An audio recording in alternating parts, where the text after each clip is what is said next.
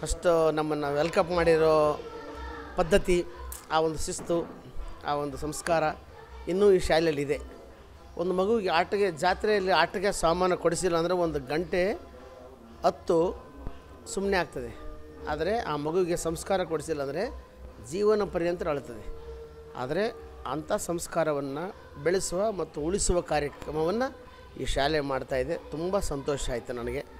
ಅದರಲ್ಲಿ ಆ ಶಾಲೆಯನ್ನು ನಡೆಸ್ತಕ್ಕಂಥ ವ್ಯವಸ್ಥಾಪಕರಿರ್ಬೋದು, ಈ ಶಾಲೆಯನ್ನು ಸೃಷ್ಟಿಕರ್ತರಂತಾರಲ್ಲ ಕೃಷ್ಣಮೂರ್ತಿಯವರು, ಅವರ ಸರಳತೆಗೆ ಈ ಶಾಲೆ ಸಾಕ್ಷಿ. ಅವರು ಕಾರ್ಯಕ್ರಮ ಕರ್ಕೊಂಡು ಹೋದ್ರು. ವೇದಿಕೆ ಮೇಲೆ ಕೂತ್ಕೊಂಡಾಗ ಅವರ ಪುತ್ರಿಯವರು ಪೂರ್ಣ ಮೇಡಮ್ ಅವರು ಬಂದು ಸ್ಕೂಲ್ ಪರಿಚಯ ಮಾಡಿದರು. ನನಗೆ ಸಂತೋಷ ಆಗಿದ್ದಂದರೆ ಪ್ರಾರಂಭದ ಮಾತುಗಳೇ ಅವರು ಕನ್ನಡದಲ್ಲಿ ಅದ್ಭುತವಾಗಿ ಮಾತಾಡಿಬಿಟ್ರು.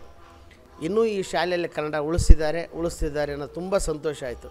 ಇಂಗ್ಲೀಷ್ ಮೀಡಿಯಮ್ ಸ್ಕೂಲು ಇದ್ದರೂ ಕನ್ನಡವನ್ನು ಬೆಳೆಸುವಂಥ ಕೆಲಸ ಮಾಡ್ತಿದ್ದಾರೆ.